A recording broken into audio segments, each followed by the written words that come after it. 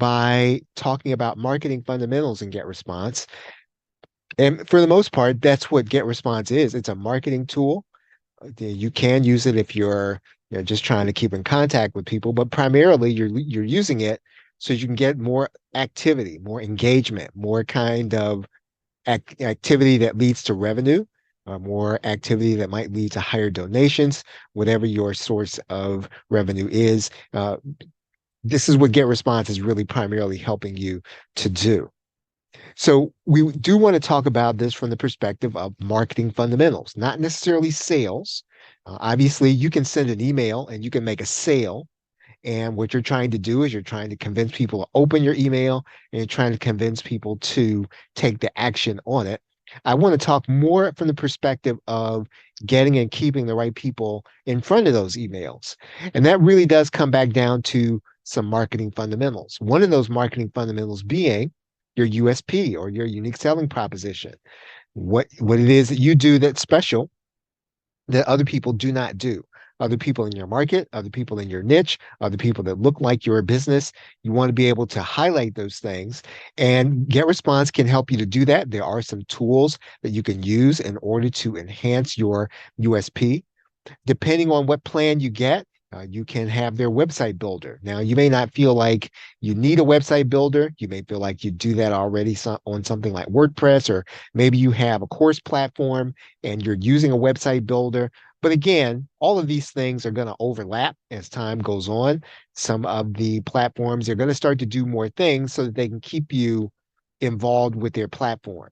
And I'm guessing that what GetResponse is trying to do is trying to keep from losing customers to platforms like System.io, from platforms like Go High Level, where they're giving people a website builder and services, but they're also kind of taking away some of the email capability that other companies like GetResponse has. So they're going to try to stave some of that off by providing some other services. So GetResponse will give you a website builder that you can use, and obviously you can use that to enhance your USP or basically make your case. In the same way, there's a landing page creator. It's separate from the website builder. That's probably already been there for a little bit of time. And most of the autoresponder companies now have a landing page creator that you're getting along with whatever it is that you're doing with their email. And so that's an added benefit, an added service that they're giving you. So again, all you're really trying to do is to make sure that you're getting and keeping the right people in front of your emails, in front of your brand, and a landing page can do that, right? And so you can enhance your USP with a landing page, and GetResponse will do that for you. There's some good tools inside of GetResponse for upsells and cross sells. And so let's say that you do automations. We'll take a brief look at automations in this session, but you can follow up on just about any activity if you're willing to set it up. So, if a customer clicks on an email, if a customer does any kind of action inside your GetResponse account, you can follow up with a special message. Anything that the customer is doing, quite frankly, if you're willing to go the next step and you're willing to set up e-commerce tracking, you can actually send the customer emails based on actions they take on your website. And so again, these are all going to be things that you can use in order to follow up and generate more sales when somebody has taken an action, and you're able then to send a targeted email based on that action. So good upsell, cross-sell tools inside of GetResponse. And so you do want to make sure you understand automations inside of GetResponse. And some of this does depend on which level of account that you're going to be using. And if you have a legacy account, you might already have these automations that you want to get to know. If you don't have a legacy account, you may have to upgrade in order to get the automations. Regardless, this is where you're going to see some of your, I don't like to use the word investment, but you're going to see some of what you're spending come back to you if you're able to automate messages that are going to be targeted based on activity that your customer's taking. And so you need to understand what triggers are. So when you go into automation, something has to set everything off, and a customer's action will do that. And you'll see that here in this session. I'll show you what triggers are available inside of GetResponse, but you want something that they do to set off an action. And whatever it is that they do inside of GetResponse, we can then have an email sent to them based on that. And so that's really what automations are going to do for you. And again, this isn't much different from other autoresponders. Other companies do have these, MailChimp, Aweber, all of them. So it's a pretty standard service. It's a pretty standard element of all autoresponders, but GetResponse does have it. And you are able to pretty much, again, try to think about, well, inside of your business, if somebody's taking specific actions, what should you follow up? Now, you don't want to follow up about everything. You want to follow up on those things that, if your customer's missing and they're not necessarily seeing all your offers and they're not seeing a higher price offer, well, those are going to be the things you want to be able to do. And so it does require some higher level thinking about where customers are missing it, where customers are not hearing about all the wonderful things that you're doing. And you can then make sure that you're doing things so that they can see those messages. GetResponse does have an affiliate program. You can set up that affiliate program based on whether or not your customer decides to become a paid customer. And they will give you what is called a bounty. And as of the recording of this session, that bounty is $100. So your customer becomes a paid member or a paid customer, and they stay, right? I think they've got to stay for a period of time. Then GetResponse will pay you a bounty. Otherwise, what you can do is you can set up to be a recurring affiliate, just like you would traditionally. So that every time your customer makes their payment, there's probably going to be a lapse of some kind, maybe about 30 days. Then you'll see a recurring commission as a result of that. And so one of the ways that you can do that passively, if you want to, now, not everybody wants to do this. What you can do inside of GetResponse is you can let their badge show. And pretty much if people are seeing your emails, they'll know that you're using GetResponse or some autoresponder. They know it's a service. There are those times when you don't necessarily want a service shown to your customer. You don't want your customer necessarily to focus in on what you're using. But in the case of your autoresponder, it might be okay. And so that I don't think that hurts you to allow your customer to see that badge. And then those that are going to be interested to click that badge and then be taken to GetResponse. And if they decide to become a paying customer GetResponse, then you'll get some kind of commission depending on which one you set up. Either you're going to set up the bounty or you're going to set up the recurring income commission payment. Now, GetResponse is all about list building. So obviously, that's what you're going to want to do. You are trying to build your list. That's why you're using GetResponse, and you're going to be using all the tools available inside of GetResponse in order to help you to build your list. So once again, GetResponse has landing pages. They make those landing pages available to you. And they've also got a service where you can put together a limited lead magnet. So if you've got something like an ebook, you can store those ebooks there on GetResponse. You can deliver them. And it's not much different than something that you would do if you didn't have GetResponse. I mean, you would have an opt-in and you would deliver your lead magnet through the email. It makes it a little more convenient to do it this way, and they put everything there for you. So it doesn't do anything more than what you would ordinarily do on your own, but it does make it easy to set up. So if you have an ebook and that is what your lead magnet is, you can use GetResponse in order to deliver that lead magnet and build a landing page. So if you're not necessarily designer inclined and you don't know how to go inside of something like Canva and and make things look good, then you might want to use one of their templates. And one of the benefits of being able to use tools like Canva and other things is that we can walk in without a lot of design knowledge and then make something that looks good. However, you still need to have some sense of what looks good. And so when those things happen, then it's a good idea to use a template and don't change anything in the template. You just use it. So GetResponse makes those templates available to you. Now, one thing you want to think about is, well, what platforms am I going to use that might integrate with GetResponse? So if you haven't made a decision on all your platforms and you commit to GetResponse, then you want to see which platforms integrate directly with it so that you'll be able to do list building and all kinds of things. So again, what you're effectively doing then is you're saying, well, I'm not going to use Zapier. I'm I'm not going to pay the additional expense. I'm going to kind of focus in on GetResponse, and I'm going to focus in on how what it integrates with. So if you haven't chosen all your platforms, course platform, membership platform, all of those things, and you choose the autoresponder first, if you decide, well, I'm going to build everything around GetResponse, then you can then start to think about, well, which ones integrate with GetResponse? Do I have to have the one that doesn't? Otherwise, start getting those platforms that integrate with the tools you have. And in the case of GetResponse, there's some specific tools that integrate directly so you would not have to go and get Zapier in order to get them to integrate. In terms of direct response, there are AI tools for copy. Those are part of the upgraded program. But if you have ChatGPT, you can use them. You can use ChatGPT good enough for your AI copy. They do have A and B testing for your email and your subject lines. So if you want to test out your subject lines, you want to see which one converts better, there are tools inside of GetResponse to help you to be able to do that.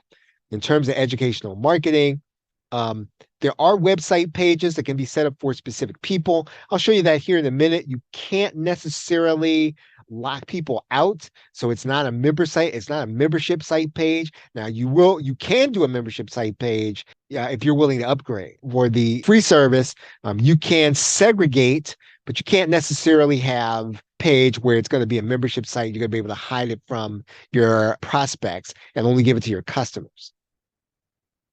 But you can wall off some content in the GetResponse website builder. I'll show you that here in this session. Miscellaneous items.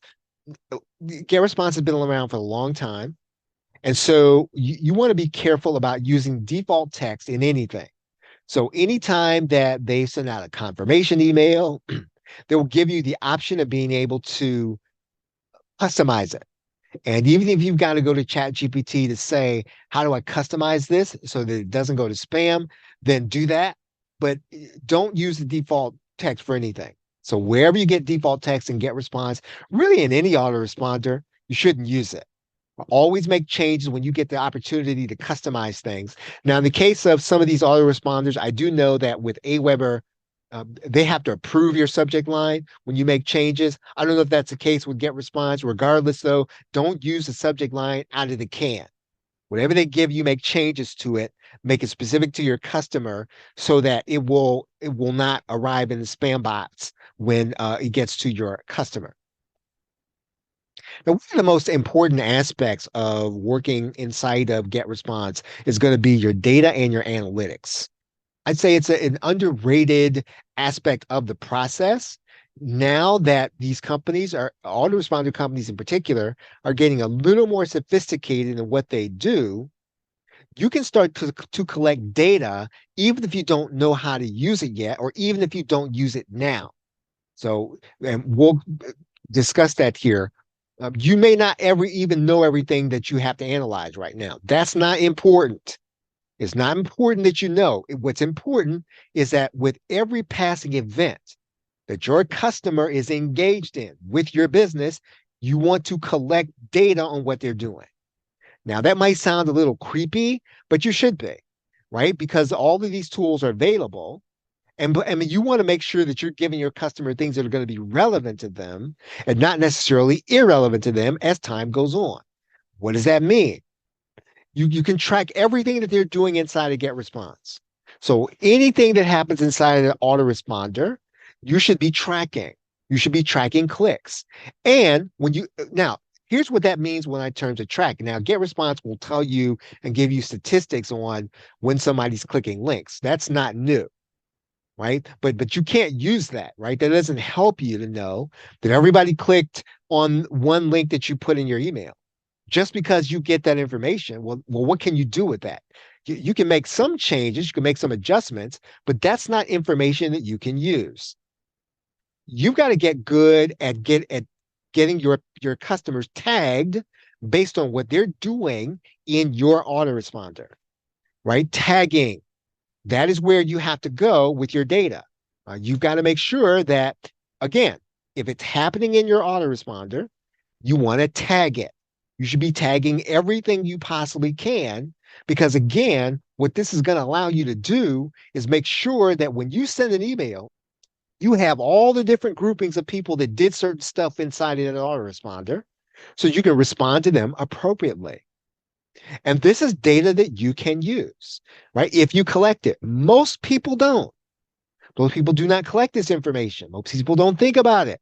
If again, this is we're not talking about big data. We're not talking about spying on people and retargeting people. All those things, sometimes those things can be a little creepy. I understand that. But if it is happening inside of that autoresponder, if it is happening with people interacting with things in your email, you should be making sure that you understand exactly what is going on, because that's what those tools are going to be for if you use them. Anytime people enter, exit, they take a process, they collect the data, right? Anytime. So whatever's happening in GetResponse, they decide to click an email, decide not to click an email, they decide to open the email, decide not to open an email, track it, tag it, right? Tag everything, and make sure that you can then go to that autoresponder and say, hey, Mr. Autoresponder, Miss Autoresponder, who didn't open the email that I sent on April 16th? Oh, is that everybody? Oh, good. Let me follow up and send them an email based on the fact they didn't open that email on the 16th. Right now, people that click on the link inside of your email. Hey, Miss Autoresponder. Hey, Mr. Autoresponder. Who clicked on the offer that I sent on March 17th? Who clicked on that offer? Oh, are these the people? Well, I tell you what, let's send those people an email based on that, right? So again, people that make a specific purchase, now that might seem a little tricky, right? So how do we do that? Well, we want to be able to act on that information. How do we do that? I do want to say this when it comes to sales. Right now, sales are imperfect when you start trying to get data from an autoresponder, because obviously you've got to get the person to interact with that email after a sale. And that's an imperfect process, even if you collect the email after the sale. Now that it works to some degree, but there's no rhyme or reason to when it won't work, when the automation is not going to work for that. Reason for that, people use different emails, they change them, right? So they might use one email to purchase, they use another email to access their stuff. So you may not have all the emails, so that might not work all the time. Some people set up emails they don't use in order to receive stuff, and that might be the email you're sending to. So again, there are all kinds of ways that this is not a perfect process. Don't think that just because you tagged everybody that did a certain thing, okay, well now I've got it perfectly. You don't, right? You can only assume that it's only going to happen up to a certain extent. Now, I will say this: tagging and having the information is better than not having it. So don't let the imperfect, keep you from doing what's necessary, because there's still good in tagging. Individual goes from prospect to buyer. You want to try to make sure you tag those individuals that become your customers. Now, definitely, you can tag people at the point of sale, and that does take some integration. So you want to make sure, if you're going to commit to an autoresponder, whatever autoresponder that you use, it needs to work with your sales system. And quite frankly, it should work with your sales system without you having to use Zapier. Now, Zapier is great and Zapier works. However, Zapier is not a perfect situation. Again, you're adding in a variable, you're adding in a third party to a process that's, even if it's not complicated, you're trying to get as much data correct as you can. So tagging people at the point of sale, your platform, if you choose it, if you're committed to GetResponse, start choosing platforms that you can sell on that have a direct connection. Right now, you may not have that luxury. You may not be able to make that choice. Now, I'm saying that if you're committing to GetResponse, and your customers indifferent as to what platform they buy from you on, choose the one that connects direct to GetResponse. There is no other important decision to make than getting people on your list once they buy from you. There's nothing more important than that. So if you've got to sell on a platform that maybe you're not necessarily, you don't prefer it, but it does connect to the autoresponder you committed to. That's a better plan than getting a cool autoresponder with lots of bells and whistles that you've then got to go get Zapier in order to make it work. Make sure you understand the tagging feature inside your platforms. So if you've committed to GetResponse, understand how you get that tag from the sales system into GetResponse. You, Another way to get people in is, let's say that after they purchase, they get to the landing page, you're just going to put an opt-in from GetResponse, and you say to them, Mr. Buyer, Miss Buyer, I will give you something super cool. What I need you to do now is I need to make sure I get your contact information. So here, if you put your contact information here on this page, I will send you something super cool. And so in order to get that bonus, they're going to put in their real name and email address. Now, again, when you set this up, you set it up so that they only get it if the email comes to them. So they go through all the way to the process. They gotta put their name and email address in. They gotta click the confirm email. They gotta make sure they get the confirm done. They got to get that first email, and then that's when you give it to them. Don't give it to them as soon as, let's say, they hit that landing page, right? They put their name and email address in, and there it is on the landing page. Well, you know what? What you're going to find is that a lot of people are not going to opt in for you. They're going to give you any kind of email address in order to do that. So what you want to do is you've got to make sure that if you're going to promise people a bonus, they don't get it until the email comes. You can set up the landing page and GetResponse, right? GetResponse gives you landing pages. You can set up the opt-in from GetResponse. GetResponse gives you that. You can deliver the lead magnet in GetResponse. GetResponse gives you that. Now, once again, GetResponse does it by giving you a thank you page that comes up right after the opt-in. I'm saying to you, don't do that. Don't give them that email. Don't give them that lead magnet until they've confirmed, they've gone all the way through the process, and then they get the email, then they get the bonus. Right now, you can also tag an individual when they click a link on a site that does require an upgraded account typically. And I'll show you that here.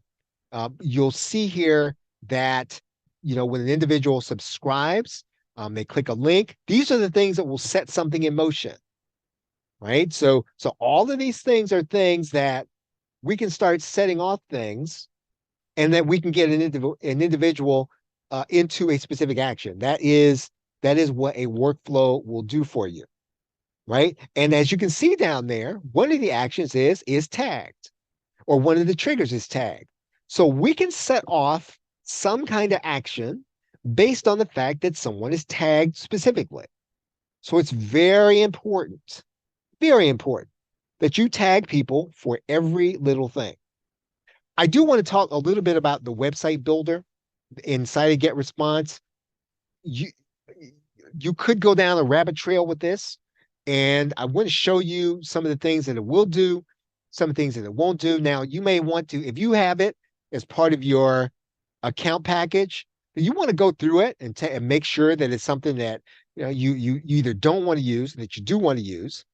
I wouldn't say that it's there to replace something like WordPress, but it's serviceable. But having said all that, there's some things that appear to be promised, but they're not quite working as promised. So let's talk about that here. Now, here I am inside the website builder. And so one thing I can do here is I can click on add a page. You'll see the little mouse button there. Right? So I can create my own specific page. So they're going to give me some pages, but I can then create my own kind of page. And when I do that, one of the pages that they say I can get is called a members only page, right? Pretty cool so far. All right. So if I click on members only, I can make one of those pages a members only page or a member area page. And that's what that page looks like. So, it gives me the opportunity to, create some download links and some just kind of a professional looking place for people to come and get stuff. I can do that inside of GetResponse. And I can pretty much customize that page any way that I want to. And one of the other cool things that I can do is I can hide that page from the menu. So basically, I can make that a private page. So the only people that are going to get access to that page are people that know about it, people that I tell about it. So I can make it so that I can create a page inside of the GetResponse website builder. I can hide that page from the menu. So the only way you know about it is if I gave you the URL, if you were my customer in this case. And so you can go into the page settings and you're going to make that a members only page, right? And so you see what GetResponse says is you can share the content now on this page with registered users only. Right. So that is the way you would operate this specific page. So now if I click on the registration page, and you're going to see my mouse hand down there on the right side. So I click on that registration page that they gave me. So if I go to the registration page settings, right? If I go to the registration page settings, I've got to make this content so that everybody's got to view it. So in other words, what I cannot do is I can't limit access to the registration page. So basically, I can limit access to people. I can limit people from seeing the members only page. I can't limit people from seeing the registration page, which you would think is a little weird. So what I did was I went to create a blank page. So I thought, okay, well, you know what? I'll just do this. I'll create a blank page and I'll just add the login registration page here myself, right? So if I know how to hide this from the menu, I can just create that page myself. However, quite interestingly, the only way you can do that is you got to have an upgraded plan. So the only thing that I can think of is that this is part of a future use. I do know that they're planning a a content marketing portion of their site. Once again, all of these platforms, they're looking to try to keep from losing members to platforms that offer services in their area. So they're trying to offer things that a course platform would ordinarily do. They're trying to offer things that maybe something like a system.io or high level offers so that you don't leave them as an autoresponder because you're getting these other things. They want to make sure they're offering these other things too. However, I think they're still figuring out exactly how to give it to you without giving it away. And so in this case, you're going to have a higher plan in order to do it, depending on which plan that you start with. Now, as a recording of this session, you'll see here that websites and landing pages are in the email marketing plan. So I do want to give a disclaimer to this, right? So in looking at this, one of the things that I know that is a bit of a limitation is that I have what's called a legacy plan. And that's because I've been with GetResponse for a long time right now. So if you have a GetResponse account and you've been with them for a long time, it could be that what they're trying to do, and I know they have been talking about this, they're trying to push you into some of their newer plans. And I've just chosen not to do that right now. So even though you can probably get all the features at the lowest level plan, if you opt into their newer plan, it could be possible that you could be one of these individuals that has a legacy plan. And there are those individuals that are available out there who would need to upgrade in order to get into a plan that would consider to be one of their modern plans, right? So if I look at the upgrade screen, just as off the top of my head, what they're saying is that I would need to upgrade to get the website builder. Now I have a limited version of the website builder. I have a limited version of the automation workflows.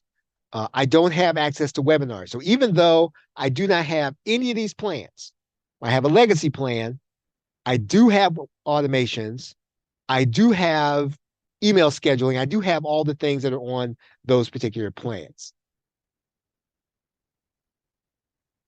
Okay, any questions? Are there any questions? Let me see if we have questions. Question is, can you have two businesses on their plans? You could run two businesses, but you're going to have to you can run multiple lists. So you would have to be the one to kind of keep them straight. So if you decide I'm going to do business A, and it's gonna have its own list. And I'm gonna have business B, it's gonna have its own list. And I want to create a landing page for one and a landing page for the other. Yes, that is possible. Yeah, and high level does do automation and email marketing. Yes, they do. Right. So I think that, like I said, all these platforms are trying to keep from losing customers their specific thing because GetResponse for a long time has been email. Now, here's what I'm going to say about GetResponse and Aweber and Mailchimp. Now, this could be the case with others, right? But when Google has a conference for their people, their text to be, I know they're there. I know they're focused on email, and they're trying to know exactly what's coming down the pipe. Now, that could be the case with some of these newer platforms. I don't know that, but I do know that these companies that focus on email, they go to those things. So they're not they may have instances where they're caught flat-footed or they're going to have hiccups and stuff's not going to work sometimes. In general, GetResponse, Aweber, Constant Contact, when you pay them, part of that money is going for them to do research and for them to make sure that they got people. If you can be at somebody whose specialty is email and they're going to these things, they're trying to figure stuff out. I like them better than getting it cheap, right? Because sometimes if you get something and you're getting it and say, oh well, you can get rid of your autoresponder. Not really, right? Not really.